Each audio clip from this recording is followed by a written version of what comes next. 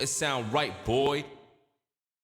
What's going on, guys? How's it going? Welcome back to For Fight Fans. This is the show for the fans, by the fans, and I'm so happy you guys are back for our 9th episode. I'm joined, as always, with Masood. Master Masood, we have him back this week. It's always good to have you Welcome back, bro. Our voice Thanks, of reason and wisdom is back on the show. MJ, our Twitter correspondent, is joining us, and Sam, Mystic Sam, our very own version of the bad guy. My name is Money, and thank you for joining us this week. This week we have a lot to talk about. We're going to talk about the fight card that happened this weekend with Alistair Overeem versus Alexandre Volkov in a heavyweight main event. And we're going to talk about the entire card. There was some tremendous fights, some good prelims as well. Lots to dive into. We're not going to be previewing UFC 258 this week. We will be doing that on our Thursday midweek show because we just have too much to talk about and we just can't fit it into 1 hour. So stay tuned for the Thursday show. And so before we get into this week's topics and everything that happened in the fight card, don't forget to like, subscribe, follow us on Twitter. Get down in the comments. Let us know what you think of the show and any of the fights that happened or are coming up. All right, so gentlemen, let us get into the fight card. We're going to start off with the prelims. And honestly, lots of good prelim fights. A lot of, I guess, no names in a sense, but some people who have been in the UFC for a long time were on showcase in the prelims, and it was a good one. The very first fight that a lot of viewers I guess missed, at least here in Canada, because TSN wasn't showing it at 5 o'clock. It was between the first fight between Osborne and Rivera. And Osborne and Rivera, it was a quick 26-second knockout. A lot of people missed it, and because it was 26 seconds, I guess. But also, it wasn't shown on our TV. This fight, I just got to complain about the ref. It was one of the earliest stoppages I've ever seen, even in modern times, because let's face it, it's become more careful, more conservative over the years. And again, this ref, Taioni, I forget his first name. I think it's Mike. Chris Taioni. Yeah. Damn, this guy, man, he's making blunders all the time. And I don't know why they insist on keeping him and inviting him back. Even Dana complained about him.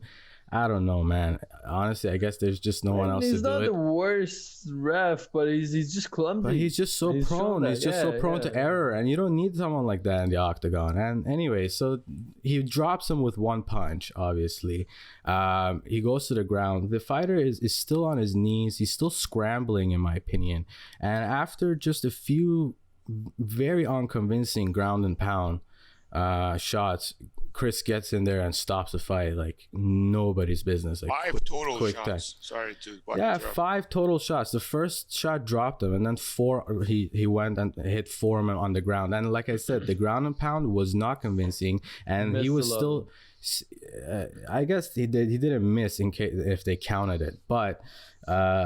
He was still on the ground. He was conscious. He was still scrambling. He was, I think, just about to get back up to his feet because the ground and pound wasn't doing anything, and like he wasn't in a mounted position or anything. So those like 4 punches, was it hitting?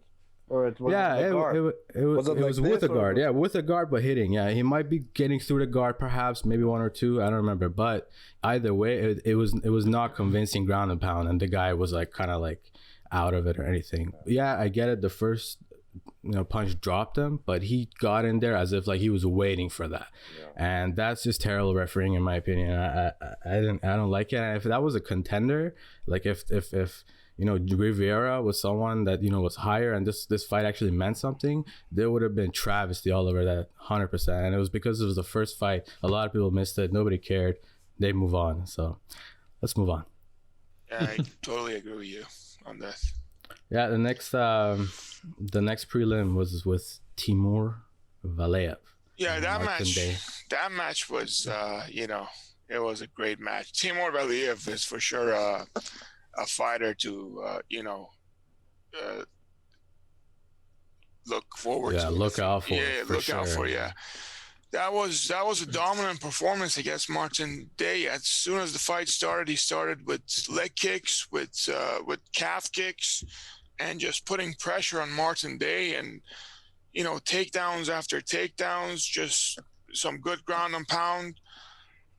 He dominated Martin Day, and yeah, man, that was a great match. That's definitely a fast. He's going to be on the rise.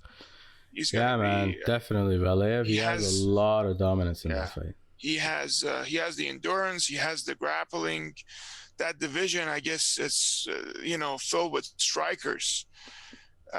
Featherweight division, there's a lot of good strikers. Now we have a guy who can, grapple and kind of like Khabib style. He's very aggressive. Yeah, very aggressively putting people down and ground and pounding and controlling them on the ground. That's a fighter to look out for sure. Yeah, 100%. I mean, like the stats just show it all. Complete dominance by Valiev. I mean, 4 takedowns to none. Maybe 4 times the amount of strikes. Oh yeah. And Martin, lots of ground and pound. Yeah, Martin Day, I had no idea he used to fight in the middleweight division. Yeah, can you believe that? Insane. And then against Thiago Santos, Derek Brunson, and then he goes down to bantamweight and then back to featherweight. It's crazy. I couldn't believe that when you told me. I thought you seen the stats wrong. But I'm like, whoa. This guy is just exploring all weight divisions and the UFC. That is, Maybe I have no idea. Some good coaching more than anything. Yeah, it's I don't know. He probably has definitely great nutritionists or diet coaches. Because damn, that's hard. But I mean, he has the lanky frame that like you're able to shift up and down. Yeah, but even so, that's such a major drop. For sure, yeah. But that was a good fight. Yeah, good fight. Valiev is definitely someone to look out for. Yeah, we have a new contender in the featherweight division.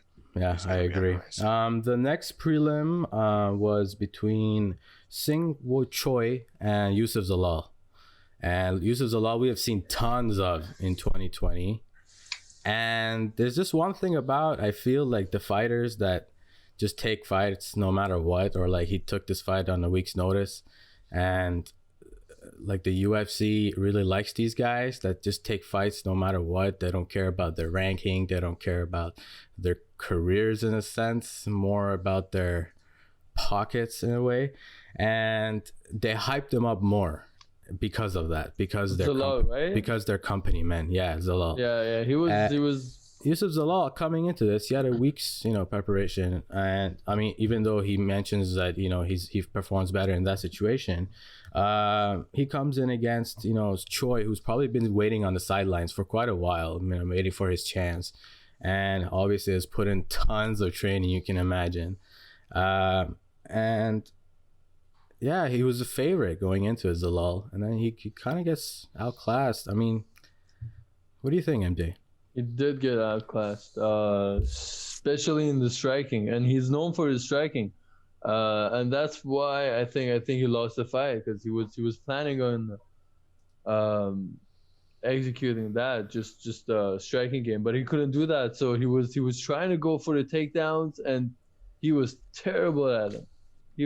I think he had 5 or 6 takedown attempts, and he got none. In the final round, apparently he got 1 takedown barely, but he's not even. He had 3 takedowns, out of 9. Out of 9, there you go. And I don't think he did much with them. So yeah, it was just I think just a case of I don't know. I don't want to say he was hyped, but. Yeah, Choi just outclassed him and just didn't let him stick to his plan. Yeah, I say hype when I see like the betting odds. You know what I mean? Yeah, when Zalal comes in with a week's notice fighter and he's the favorite. For sure. Why? Because he's hyped, most likely. I mean, even the bet makers aren't stupid, right? Anyways, yeah, it was a good fight, a good performance by Choi. Zalal did kind of like try to come back in the 3rd round, and one of the judges I think gave him the 3rd round, or a couple of the judges, and you know, he kind of picked it up, but it was just a little too late. And Choi was sort of just didn't have enough. Yeah, kind of declining, getting tired towards the end because he was throwing bombs, haymakers in that fight. And Choi also, it wasn't 1-2s. You know, every combo, like I don't want to say every, but like maybe like 80-90% of its combos were like 3-4 shots. You know, and like that third, fourth shot was the one that caught him. So kudos to him, man. It was a great performance by him. Yeah, great performance. Hopefully we get to see more of him. No Zalal, I hope he goes back and thinks about, you know, this lifestyle in a sense of just taking fights on short notice and putting in the time and getting in some proper training and preparation. But I don't know, each to their own, I guess. And some other notable mentions from the prelims. Obviously, we won't get into too much detail. Lara Procopio had a pretty dominant performance against Molly McCann. Molly McCann, I'm sure some may see on Twitter, was the one having the gloves on the octagon, but she hasn't quit. It was for her dad. Carol Rosa versus Jocelyn Edwards. That was a nice fight, a very competitive one. Carol Rosa looked dominant in the grappling. Pretty much just kind of like handled it all over the place. Great performance by her. Yeah, you know, it's a good fight when they're spitting out blood. She had a really bad cut in her mouth. Yeah, that was nasty. Yeah, in the middle. Yeah, that was pretty gnarly, as they say. The featured prelim was kind of a disappointment. We had Devontae Smith versus Justin Danes, and it was a referee stoppage, a doctor stoppage, because Justin Jane's eye blew up, and like he couldn't see out of the eye anymore, and they stopped it. And understandably so. Even I'm looking at Justin Jane's profile picture, he has like a big scar under his eye even before the fight, so I can only imagine he has some permanent damage there. Anyways, let's move on. That eye reminded me of Cerrone versus Tony. Yeah, that was a good stoppage. That he couldn't have continued. Oh yeah, that would have been. Yeah, man, that looked nasty. Unless you're Michael Bisping and you can fight with one eye, you know. Yeah, and then if that gets like aggravated even more, it could burst, and oh my god, you're gonna have a mess. Anyways, so let's move on from the prelims and get right into the main card. Just fun all around, in my opinion. That was a fantastic card. One of the better cards we have seen in a while, to be honest with you, from a fight night, where you know the fights were all just super fun to watch. Main event. That was fun too, man. Main event was fun too. Main and co-main event. It was against what we thought, but at the same time, it was a little. It wasn't a good matchup. We will get into it. We will get there. Yeah. Let's start with the card opener, which was Mike Rodriguez versus Danilo Marques. Mike Rodriguez, as you might remember, was the guy who was robbed again by Chris Taioni. Oh man, I am so mad at this guy. I can't even. That was the worst robbery I'd ever seen. Anyway, that was a robbery. Just to mention though, after that fight, the fight you were talking about, his last fight, Dana White said that because it was such a bad decision by the ref and it was an error, he said that he's gonna get paid like he won the fight, as if he won the fight. So you know. Yeah, he did say that. But the record, you know, still gonna be there, right? Yeah. Yeah, and I don't think it was just the record that affected him. Well, yeah, the mental game. I feel as though he came into this fight a little bit, I don't know, maybe a little off, or I'm completely underestimating what Danilo Marques brought to the octagon, which was pure dominance. And then you see you got the same ref. You're like, oh, come on. No, it wasn't the same ref for this fight. I'm pretty sure they made sure not to do that. Chris Taioni was the Dariush. It was the Dariush fight after. Fight after. I think they would have noticed that. Anyhow, Danilo Marques, man, what a performance on the ground. Yeah. He's a big Brazilian guy with great jiu-jitsu. There if you look at light heavyweight division, there's a lot of great strikers, tall strikers. We have a new contender now that's really dominant on the ground. It'll be interesting. His next matchups will be interesting. Who they're gonna give to him. Great fighter. That was impressive. Yeah, Yeah, 2-0 in the 2-0 in the UFC and 11-2 overall. So definitely someone to look out for. Yeah, man, his size is just such an advantage. And that was an impressive submission. I mean, Mike Rodriguez didn't look like he was in it that much. No. Like the whole fight, he was just out of it. yeah, he looked out of it. But nonetheless, that was a good finish. I can see Danilo submitting a lot of the top guys in light heavyweight division because their games are If he can take them to the ground. yeah. Because I mean, he wasn't that impressive in the stand-up. Anyways, yeah, Mark Rodriguez didn't look up to par in my opinion, but Marquez took advantage of that and just manhandled him all over. 4 takedowns, yeah, just all kinds of ground and pound, and a submission at the end in the second round to finish it off. All right, so let's move on into the next fight, which was the fight that we were all looking forward to more than any other fight, I would say. And because of that, it got Fight of the Night honors, and deservedly so. It was Beneil Dariush versus Diego Carlos Ferreira. And man, what a freaking fight this was. Incredible. We thought because they're two high level grapplers going head to head, we're gonna see a lot of striking, which we did, but we also saw half of it on the ground as well, and it was some like I don't know the word, enthralling, there we go, enthralling basically battle going on the ground. Yeah, and let's not forget it was a rematch. They had a fight. That's right. 6 Yeah, I years mean ago. this card. I mean this fight was so like criminally underhyped that none of these stats or none of these things were ever mentioned. How it's Diego versus Beneil 2. How what happened in the first fight. Nothing. No preview. No love from the UFC. Just last show we were talking how this could have been the co-main. Like 100%. Yeah, and considering Dariush actually he mentioned that after the fight. He's like, this is a big disrespect to me and to Diego. Both of us, we're the type of fighters that we accept any fight. We fight anytime, anywhere, anyone. So, and he to say that after the fight, it was a statement to be made. And he's like, each of us deserve to fight a top 5 contender, not each other. But still, we accepted the fight. We put on a great show. We got Fight of the Night. I mean, that has a lot to say. Considering that they're both on win streaks against, the 6 contenders. 5, right? Diego was on 6. Yeah, and Yeah.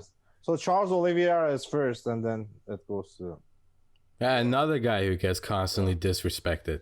Charles Oliveira. I mean, this should have been I think this should have been its own event, main event. For sure, yeah. And the fight was incredible. It was a great fight to watch. Top level grapplers, man. Beneil Dariush, he's amazing. He's an amazing grappler. His striking is good, but he gives me anxiety when I watch him. When he's with a stand up, he's a bit reckless, man. He has. You and me both. He's got guts. He just goes. He eats punches. He throws punches, and he's pretty sharp. He lands a lot of punches, and he's grappling. When he's on, somebody has him in close guard, he's just going all out, throwing shots, not worried about getting, submitted or anything. He just scrambles out of the submissions and, gets back to the, a better position, always out scrambles his opponents. Absolutely incredible. Yeah, man. But, yeah. I think it was a great fight overall. But I don't know. People say I think Beneil Dariush, he had chance in the stand-up too, but he chose to grapple. Maybe he's more confident in that. But if you want to be top level, then you have to do stand up too. And I think he had a better I chance. think his size, Striking. his size. Well, that's what I told to Mani and Masood, but they're just disagreeing with me. That's what I'm I saying. don't Like, agree. I Even think- his coaches didn't agree. I'm only judging based on what I saw on that fight, right? So I think he was when they were in a stand up, he had more power in his hands. So maybe the other guy touched him too, but I think he had more power in his hands. I don't know. I think maybe he could finish the fight if He landed better shots, Or he cleaner could have been shots. finished. You know, he Oh, was that too for sure. Yeah. he got rocked a few times, and you know, he's a bit reckless. And again, Very just reckless. because of his style, right? Like he gets hit and he sees red, you know, he just goes forward. Yeah. And that I think going, you know, moving up, Yeah, just to put especially in this division, I don't know if he can keep doing that. with yeah, the just to top put five. some of the striking in perspective, they had the same amount of total strikes. So they had both 74 total strikes. Beneil was just, you know, marginally more accurate, 5% more accurate with his shots. Significant strikes, pretty close. Beneil had the advantage. And then he had, you know, the 5 takedowns, like, and a lot of attempts. And the control on the ground. But yeah, a lot of control. And Yeah, I think in a stand up he could have, like, in point of the scoring that you just read.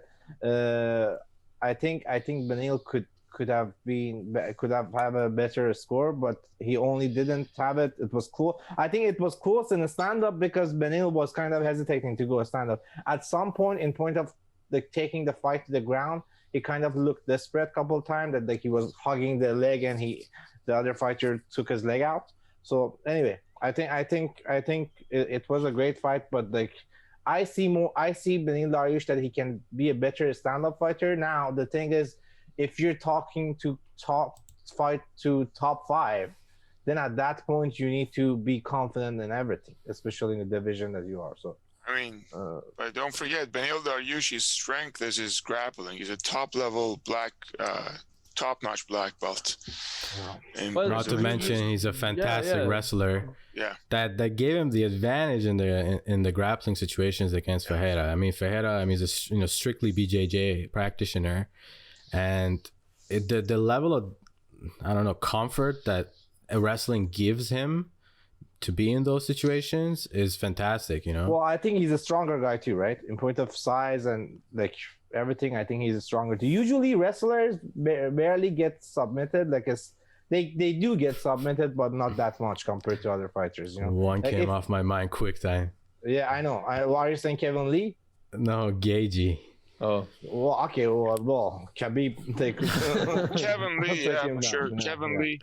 Yeah, Kevin Lee. Kevin Lee. Because he had that style. He was always going to just take your leg and just so desperate to take you down. So if you be like that, yeah. But overall, if you have a good wrestling background and you know a good jiu-jitsu, that not even a black belt, even if you're mid-level jiu-jitsu guy, if you know wrestling, I think you're good. You don't get submitted easily, and that's how he won that fight. And he was stronger too, because when it comes to submitting someone, grips and like your strength is really important. And I think Beneil Dariush was a stronger guy and bigger guy, and he won the fight. and he clearly showcased his, wrestling skills. Because we've all seen him. Like everyone knows about his skills, but just a matter of actually showcasing it in the octagon. Yeah. I think he did that on Saturday. Yeah, against the top level grappling We've guy. seen him, we've seen him knock people out, and we've seen his striking, but the wrestling, that was, I think, showcased on Saturday. Yeah, it was fantastic performance by Beneil, fantastic fight. Let's talk about the decision. It was a split decision to Beneil. What do you guys make of that? Is that fair? Made no sense. I mean, it was a close fight. Don't get me wrong. It was a really close fight. Was it a split But- decision? Yeah, It was, yeah. And It's disgusting. yeah, What the that's what made absolutely. And yeah. I don't know if you guys all booked this, but on Twitter, and I actually tweeted, that this should have been unanimous decision, and Diego Ferreira actually liked that comment. Yeah. So he thought that it should have been a UD. So well, the thing is, I wouldn't. I think the same thing. That I think it should have been unanimous decision. But I wasn't surprised. I was kind of expecting this split decision. So, I mean, the striking was close, but I mean, on the ground, Beneil had definitely. Listen, though, I'm looking at the stats though, round wise, and the thing was, actually we alluded to this. How you saying Beneil is really good on the stand up, and like he had a chance in the stand up. That's actually when he was losing. That's when he started to lose the fight. In the second round, he started going off with his blood. Yeah. No, exactly in this fight. He went off. He started going off and striking with this guy, forgetting about his game plan. Exactly. And then after the second round, his coach sat him up and he's like, why is this always with you? You know, why is this always the case with you? You know, like... Stop seeing blood and stick to the game plan. And then in the third round, he returned to his game plan and he won the fight. Now I see why it was a split decision. Yeah, it wasn't for his grappling. His grappling was dominant. His striking, he got reckless. In round two, he clearly lost. He got rocked and he could have been finished. Yeah. So they might have given him a 10-8. Probably, yeah. It's harsh, but judges. That is harsh. That is harsh for sure. I don't see a split decision. Just wanting money in point of a stand-up. What you say, it might be right, but I'm just saying, like, I'm just looking at it as an overall fighter. I'm just saying, if you really, if your whole game plan is to just go for wrestling and stuff like that, you might get to a point that you're so exhausted that you cannot perform in a stand-up as good. So I'm just saying, overall, if I was his coach before you enter to the fight, you would kind of go 50-50 on stand-up and grappling, right? Like, anyway, but and it depends who you're fighting too. Yeah. You know, it depends on your opponent's style as well. Yeah, that's right. Yeah, anyways, fantastic fight. Both of these guys got 50K, so glad they got that at least out of the way. I don't know whether that interview at the end is gonna help his cause or hurt his cause, but yeah, you know, we'll see. All right, so let's move on to the next fight that was on the main card, which was between a lot of Alexanders now. Alexandre Pantoja versus Manel Kape. And Manel Kape is obviously new to the UFC. He was coming from Europe, I believe, and he was on a winning streak. I'm not sure exactly how long it was, but he was very hyped to come. He's like a very big thing to come out of Europe, and he's not ranked, going up against 5th ranked Pantoja, the Cannibal. What a name! I think he was too hyped, probably. Like probably he was even lost in his own hype. Because the betting line had them at even. They were very even. So I guess the guy's reputation from Europe held enough weight to get him even odds with Pantoja. But in the fight, I think it was very clear that Pantoja belonged there. I mean, Kape definitely belongs there too, don't get me wrong, but has been there and done that, and he's been in the octagon. He looks super comfortable. Didn't care about what Kape had to kind of offer in that sense, and he just gunned them down till the last second. I was very impressed by that. I thought perhaps Kape had that, one punch killer power, but throughout the fight, all I saw was a very poor IQ fighter. He got a couple takedowns, but that was it. Didn't do much. The thing that did it for me was when he dancing around. Yeah, I know. When he got kicked in the head like straight, and then he reacts by dancing. I mean, I get it. If you're winning the fight, like Max Holloway did it, with class, He was winning the fight. Max Holloway didn't get hit. He dodged without learning. That's why I'm saying he did it with class, Okay, what does it have to do with Max Holloway? We're talking about another fight. No, because he did it too. He's saying that it's like a taunt or it's like a flare thing, but I'm saying that he's in no position to do that. Okay, He did a little dance and all. Okay, it's not, you cannot compare these two fights, so go ahead. Okay, let's move on. I wasn't comparing the two fights. Manel was, the commentators kept saying he's just not he should be more active. He needs to throw more shots. Yeah. He wasn't doing enough. He just didn't do enough. DC called us first. He said he needs to be more active. Yeah. And the thing is, like, well, first of all, you're right. Like, you shouldn't be dancing and stuff like that unless you're really winning the fight. Yeah, and your first match in UFC. Yeah, but the thing is, like, this one was a split decision too. But I just want to make a point is that, like, he kind of he was more efficient. Like, he had more precision. You know what I mean? Maybe he didn't throw that much, but higher percentage of his strikes landed. But the thing is, because Pantoja had more volume overall, when you compare the both number, Pantoja has higher strikes. And the thing is, like, if you're deciding to fight like that, like, if you don't want to be busy that much, that can only work if each punch of you, like, at least you knock the guy down a couple of times. Then that in point of scoring, then you might win the fight. Yeah, it was not split. It wasn't split. It was unanimous. Yeah. So the thing is, like, I'm just saying, if a fighter wants to fight like that and he doesn't want to be as busy as the other fighter, you can only win the fight if you can really walk the guy. You know what I mean? If you can really knock down the guy or wobble the guy, you know what I mean? Then yeah. Otherwise, it doesn't matter. If you have less volume, you're not gonna win the fight. I don't know what was the advice of the corner man's, but if I was on the other corner, I would tell him that you're losing this fight. And maybe he thought he was doing enough to win, but he clearly wasn't. Yeah, but there's never enough. What is enough?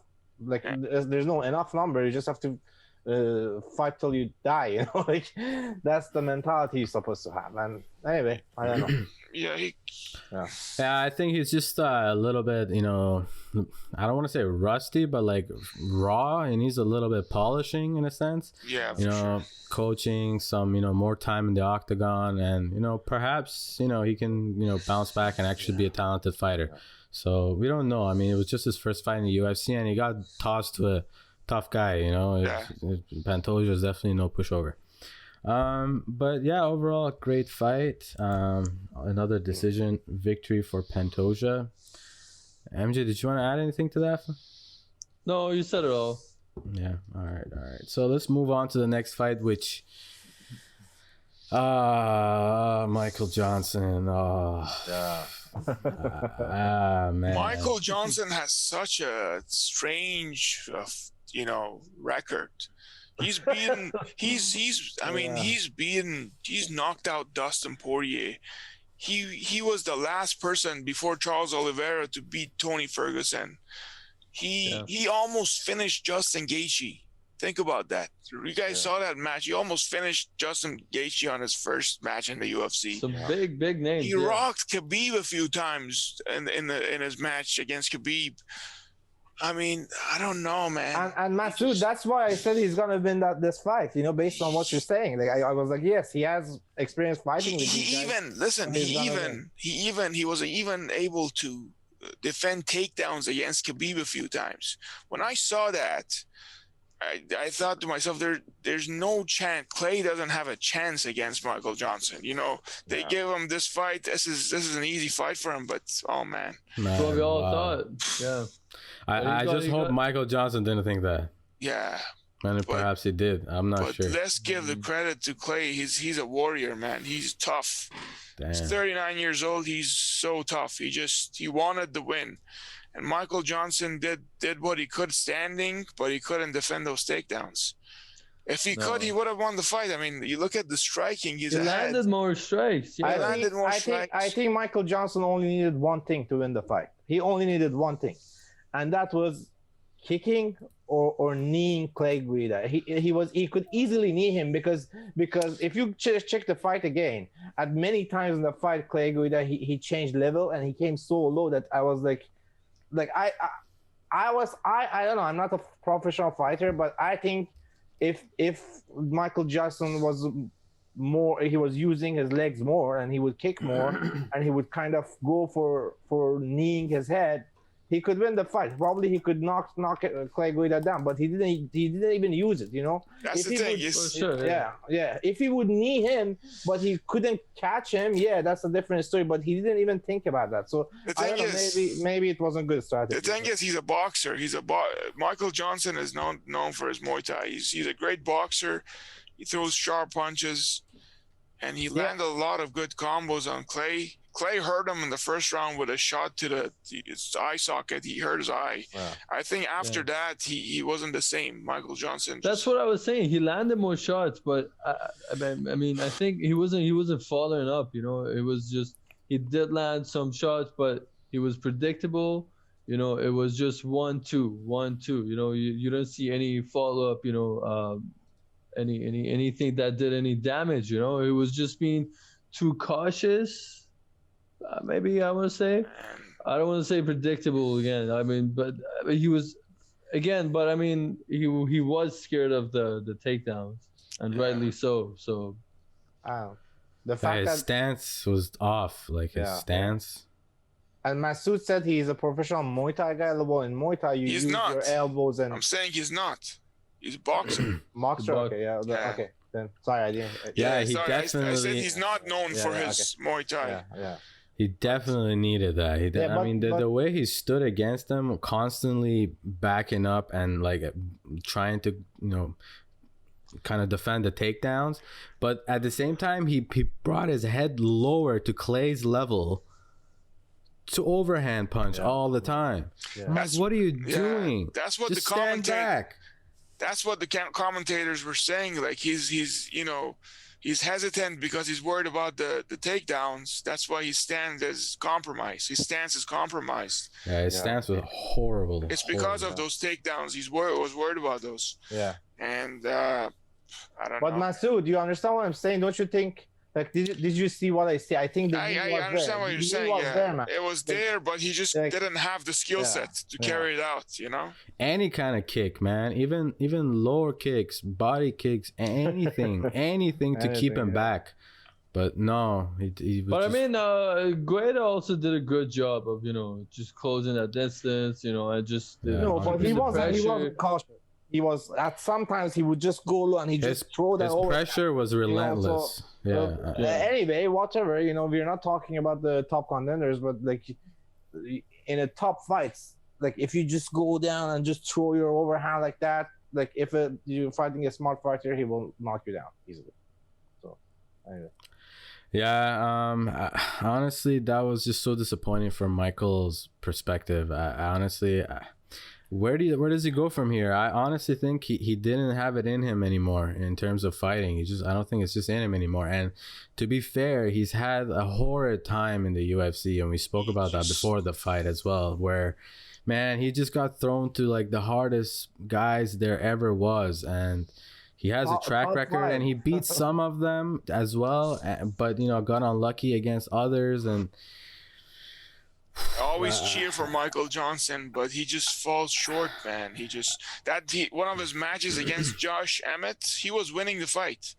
Third round, he had all 3 rounds. Last minute, he gets knocked out. Yeah. I was like, oh my God. Yeah. Yeah, man. It was just he's a good fighter, man. He's an underrated fighter. It's just, I don't know if it's bad luck or it's just. Could be, yeah. Do you think he should retire? I mean, how old is he? It's 34, but I mean. Yeah, man. Well, it depends. It's a personal choice. Like, but I mean, if I 25 losses in a row. I mean. Yeah, man, and then you had like 20 and 17. You just quit before that. The second number, Or what about like leaving the UFC and going somewhere else? I think he would do very well in another organization. think he will. Yeah, for sure. And that I was gonna say this later. You know, like the next two fights we're gonna talk about, we could definitely say that about them. You know, like just maybe, you know, because this is something you love to do. This is something you know how to do. Okay, sure, but can you still do it at the UFC level? No, I don't think so. But you know, there's so many other organizations where you can compete at the top level, and you can have something to say. You know. Yeah, I don't know if Michael Johnson necessarily is that guy to excel in another organization either, just based off of his luck. But it's not luck. But in terms of his age, you know, he can still. I mean, like matchmaking luck. Game, yeah. No, you know, Money, what I think is that, like, as Masoud said, 5 lose streak. So what it is that, like, sometimes we know some fighters that we always have, like, that background, that memory from the guy, but you have to realize that the fighters change. And if you lost 5 fights in a row, I don't think you can come back and be. So you might be able to beat someone your age, you know, and in your level, but just because another organization is not as good as UFC or something like that, you cannot say necessarily if he goes there he's gonna be successful. Yeah, I'm not sure he will. Me neither. I mean, I take that back. Well, I mean, even if he goes to Bellator, you know, they're not gonna give him pitbull. Bellator you know, like is stacking up, man. Yeah, I'm just saying, but he's not gonna go fight the champion. You know? Okay, he's not gonna go fight the champion, but for sure, if Bellator hires someone from UFC, maybe he's got a better chance at competing there. But what you're missing. What you're missing is that if Bellator gets Michael Johnson or whoever, someone that is out of UFC due to his bad performance, if Bellator hires someone like that, gets a contract with them, they hype the guy. And what's the hype? The hype is that, oh, this guy is coming from UFC, so they're not going to put someone as low as him in the level of UFC in the Bellator fighting each other. They're gonna put someone in the middle of the chart or in top of the chart, not the champion, but they're gonna let him fight someone like that because there's hype behind it, right? Yeah, so I don't sure. Think, after 5 losses, it's a little hard to promote the fight for sure. I don't know. Anyways, hopefully he can bounce back from this. I just don't see a way to it, but hopefully he can do it. And another thing about where it was, Sam, you're saying about age and stuff. Honestly, I think age is like very, very dependent on each person, because, you know, Johnson is 34, Guida is 39. And Guida looks like he could still go in the UFC. You know what I mean? Like, maybe not necessarily top contenders, but he can. Like the Michael Johnsons were the underperformers in the division. Definitely can go against these guys. So I don't know. I guess it depends on each person. And let's move on to the co-main event, which, you know, saw a very similar narrative, but in a way more devastating fashion. Cory Sandhagen, the Sandman, versus Frankie Edgar. And Frankie Edgar, man, like, he's such a legend. I'm sure you guys know what there is to know about Frankie. And Sam, you've seen him across several different organizations, right? And in his prime, man, he was something else, huh? Yeah, one great thing about Frankie, like I was just talking to MJ today. I told him that, like, you know, we have different fighters, right? Some fighters, they've not been in a situation that they've been challenged, and they're not used to being in that situation. But Frankie Edgar is completely opposite. Like, as the fight goes longer, he gets better. So if you're having a 5-round fight, I'm talking about his prime, obviously, right?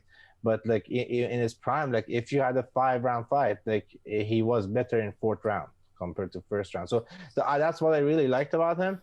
But anyway, he got set up for that knee. He got easily set up for that knee, and usually flying knee and to call someone by kneeing him, you have to set the guy for that, and like that's what Masvidal did. That's what Cory Sandhagen did, and that's what happened here. I think it's January right now, but I think That February. might be February. I think that might be the knockout of the year. It could be.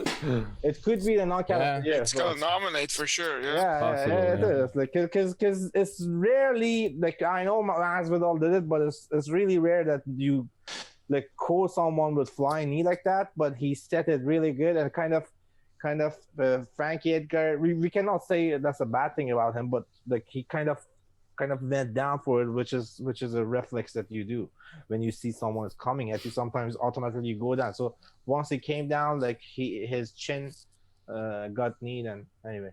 Yeah, heartbreaking for sure. He was out cold.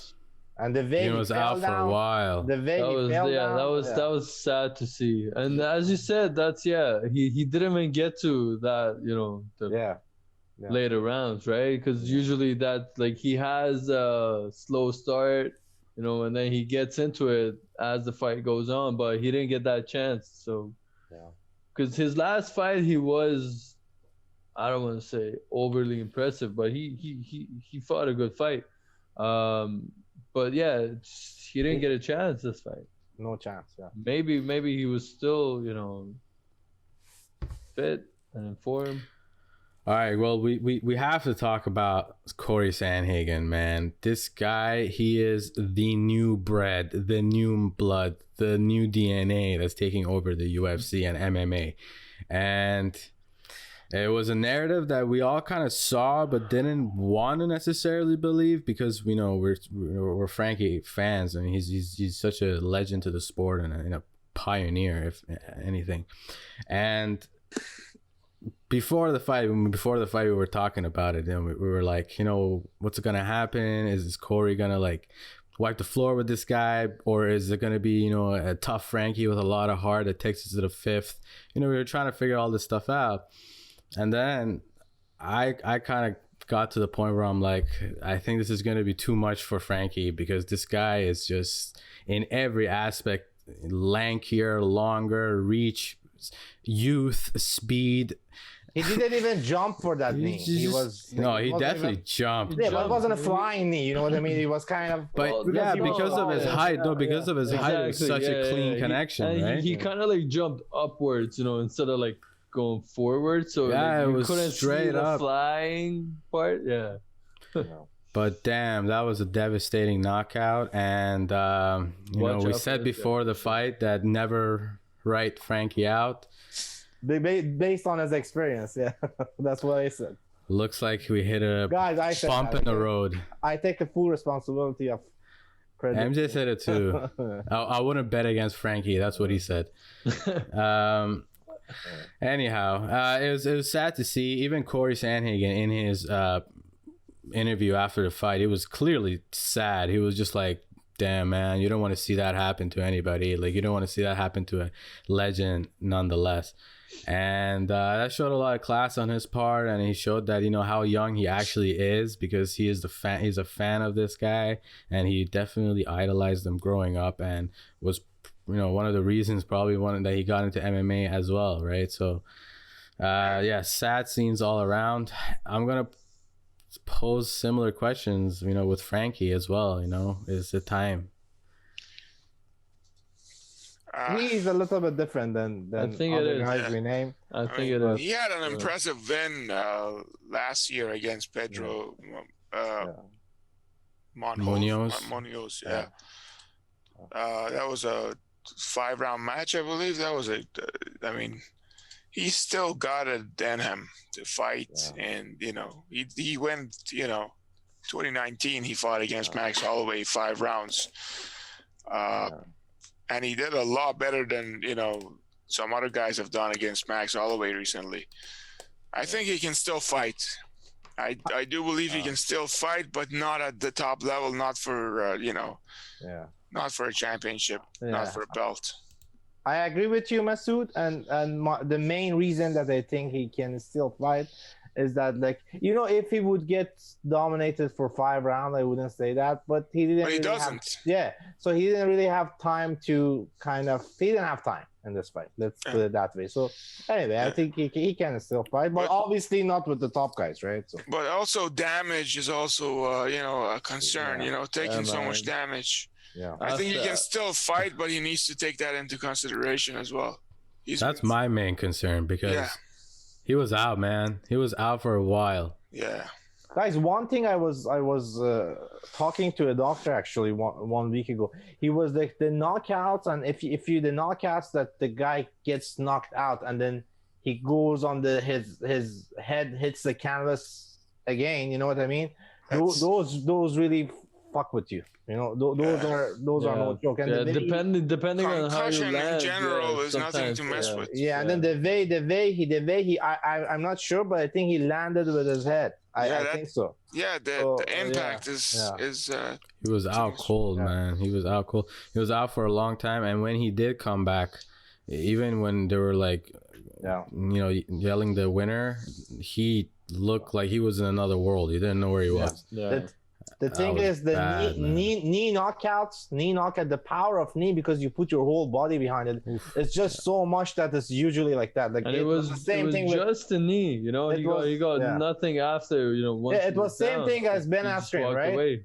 Ben Askren. Well, Ben Askren actually got hit a few more times. No, but that was Masvidal's little. But usually knee knockouts, just walked like away. So that was just the one knee. Well, he was too far too. Well, no, he actually. But he knows. He wouldn't do that. He wouldn't do that. I know he wouldn't do that. If you watch the slow mo, he knew right away what he did. He looks back and he knows it's done. He just walks. He away. knew right away. He set it up nice. You can't. But man, let's talk about this guy, man. Cory Sandhagen. This guy is looking fantastic and deadly. What's his ranking, Manny? Well, he's after this, he's got to be number two. Yeah. He's got to be number two because he wants right now, he wants the winner of that match. He wants the winner of Jan versus Sterling, and I see absolutely no reason why he wouldn't get it. And oh man, that's gonna be interesting. I actually, after this performance, I really think this guy has a shot against both of those guys. I mean, whoever comes out of that fight, this guy for sure has a chance. Well, and, I mean, even if it's Sterling, he would have extra motivation to undo the wrong. And with Jan, his lankiness, I think is going to be important.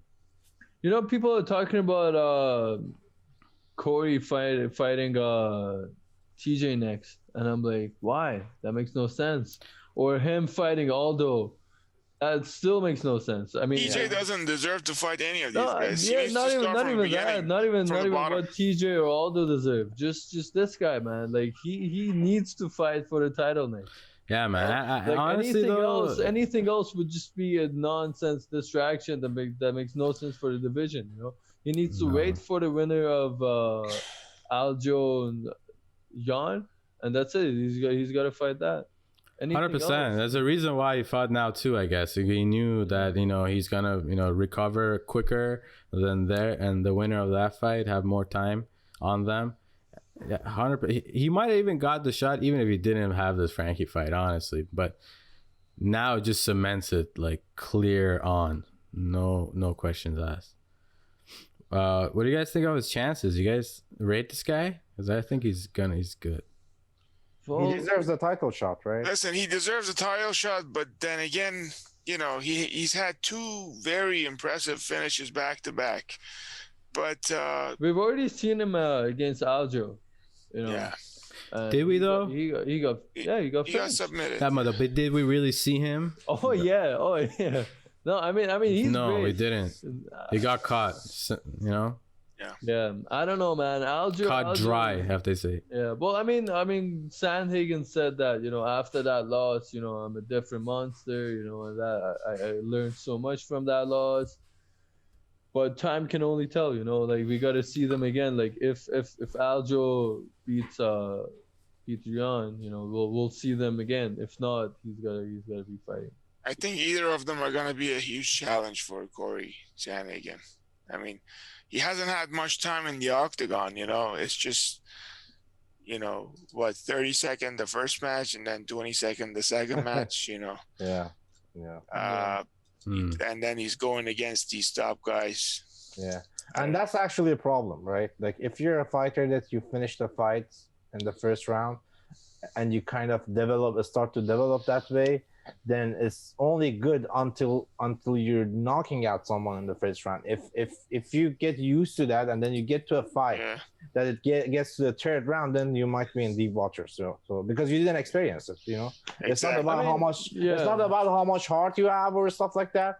Like they say this about Conor, that he gave up or this and that, but the thing is, just because he developed that way, like he finished many fights in the first round, right? So you cannot say the guy there's something wrong with him. It's just the nature of his fighting. Yeah, like Ngannou, for example. Like, just eats people, and then Stipe just took him to deep waters. Yeah. All right, let's get into the main event. Alistair Overeem versus Alexander Volkov. We talked about this before last week, and we all predicted. Actually, no, we didn't all predict. No, we didn't predict Overeem. No, I predicted Overeem, but more in a sentimental fashion than actual merit fashion. But I definitely did want him to win. But I said he's old. I remember I said that. So it didn't look good. Yeah, definitely. The age was a big factor. We talked about that. It was an 8-year difference. But I think the biggest narrative of this fight is that Volkov improved tremendously, big time, throughout the last probably year, and he like kind of shored up a lot of flaws in his game, and he added a lot of stuff that people were taking advantage of, like his takedown defense and like his distance management and control, the stuff that you really need as a tall guy. I think he's honed those down incredibly well. And he put on 20 pounds. He was way bigger. I don't know if you guys like. I mean, I was watching the fight, I'm like, he looks way bigger than last year, and then I checked, he was actually 20 pounds heavier. This fight. Yeah, it's possible. Compared he's lankier, to Curtis right? Blades, he looked small, man. He looked really small compared to Blades. But this fight, he was actually bigger than. He looked huge, Yeah, he looked bigger than Overeem. So I mean, that definitely helped him. Especially in this division with the way he fights. Okay. He broke Overeem's nose in the first round. I think after that, Alistair just couldn't recover. Yeah. And man, Overeem, he's a great fighter. I mean, last year he beat Walt Harris and Augusto Sakai. Augusto Sakai is a top-notch striker. Yeah. And he finished him, took him to the ground, but still finished him. I mean, I don't know. I don't think he has the chin for these guys, these top guys. Yeah. No, man. If his nose is breaking on that first hit, come on, man. This is heavyweight.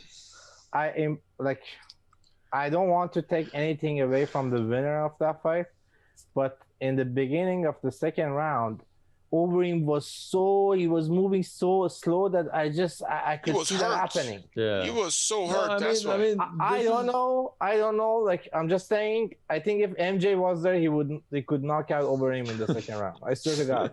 Like, this was definitely one of those fights that was, this wasn't the case of what Overeem didn't do. It was the case of what Volkov did do and did really, really good. He just didn't give him a chance, to like get into that game plan, and like to do what he does. He was. I think he had no answer. Okay. Overeem.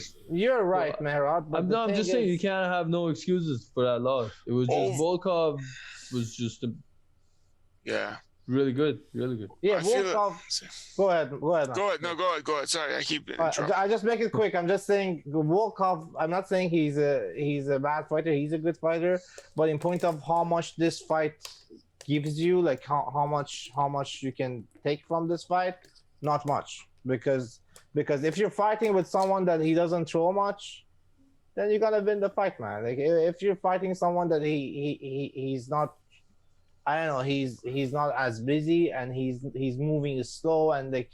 Anyway, I think it was combination. I don't know if I agree with that. Yeah, I'm saying the exact opposite. I'm just saying it wasn't that Overeem didn't perform. It was that Volkov really did well. I agree with that. Yeah. Absolutely. Overeem definitely didn't. I don't know though. I think it is a combination. I think Sam's right. It is a combination of things. Overeem definitely has had a decline. I mean, that's just for sure to be seen. And Overeem fought recently, right? When did he fight? Harris. It was like December, November. Not too long ago. He fought Augusta after. In September, he fought. September 5th, he fought Augusta Sakai. He fought Harris more recently, no? No, that was before. Oh, that was okay. May 16th. Oh, okay. I have it here. All right, so Sakai in September. Not too long ago, yeah. Volkov fought Harris. Volkov fought Harris. They both finished Harris. You're right. I confused that one. Yeah. Anyways, though, but like the Overeem's decline is obvious, and he looks like cardiovascular, and just like his body is just continuously like letting him down in a sense. I'm sure like as a fighter, his IQ and stuff like that, like it's probably growing and is improving because, you know, he's training and such. But even in his pre-match press conference or whatever that they say, like he was saying how he can't go to the gym like as much as he used to, and like he goes maybe like once a day and stuff like that, like a couple of hours less, you know.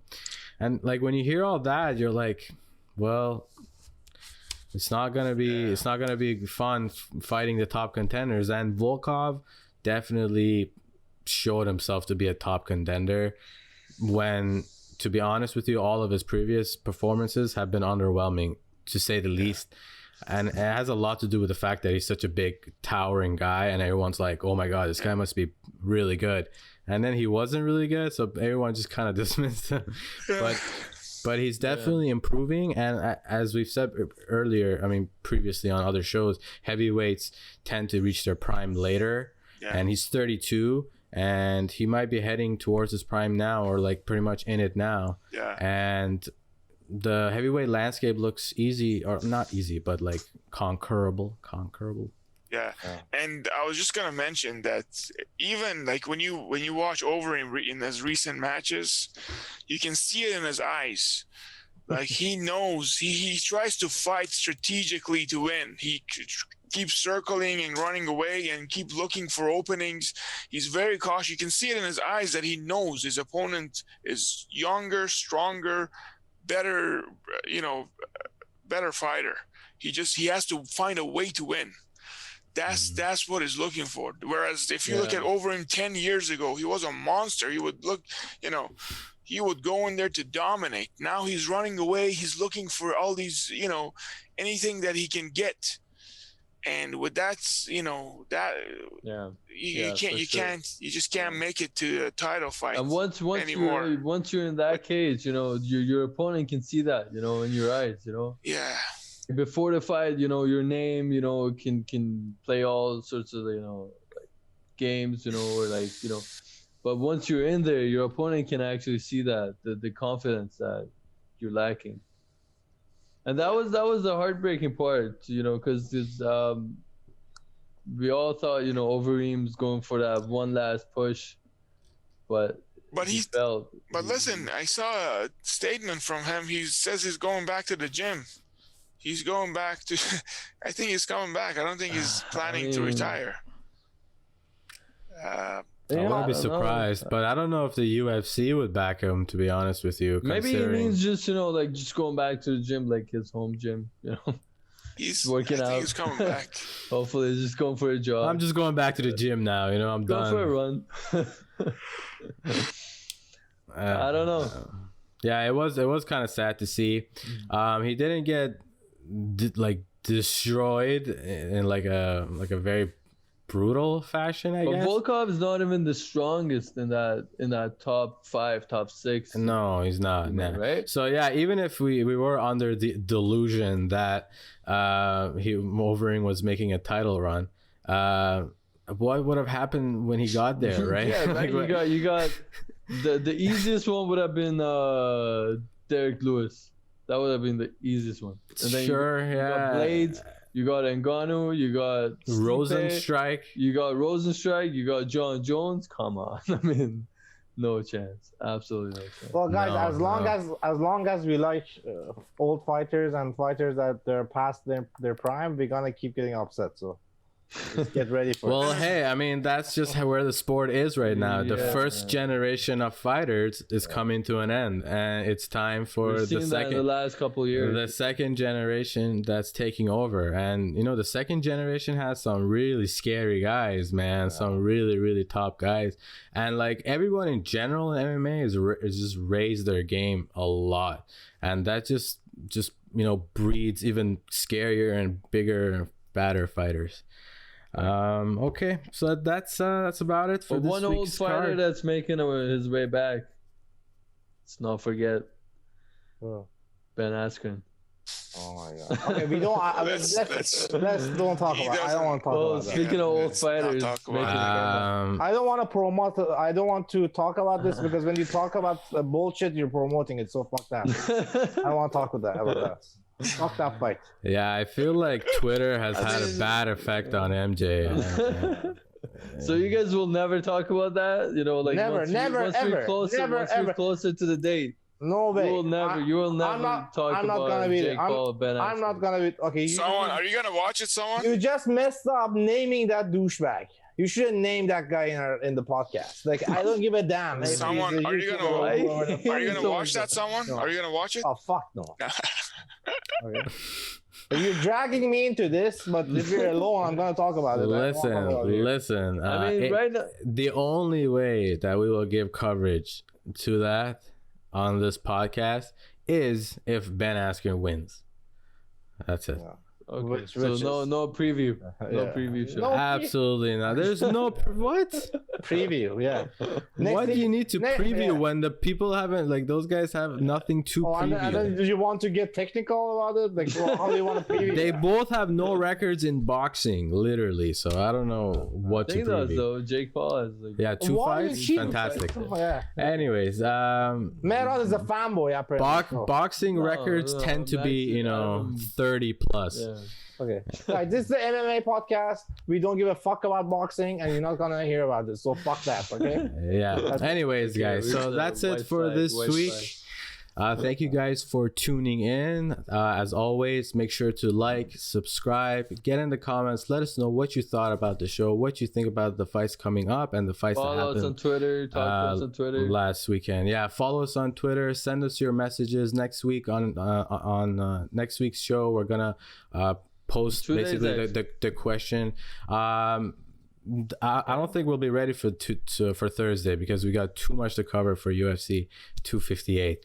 But after UFC 258, then next week when we're reviewing all that, we'll have a fan question on the show. And yeah, just ask us anything you want to know, whether it's MMA related or not MMA related. You know, we're gonna have some fun with those. So they can ask personal too, you mean? Yeah, sure. I'm sure everyone is dying to know We about have to check the your- questions before. your love life. We have Oh, to yeah. check the questions before we. But we open up. do have a show on Thursday, right? Yes, we have a show, a midweek show on Thursday. We're previewing UFC 258, so stay tuned for that. Make sure you're subscribed with bell notifications turned on so you know exactly when we upload.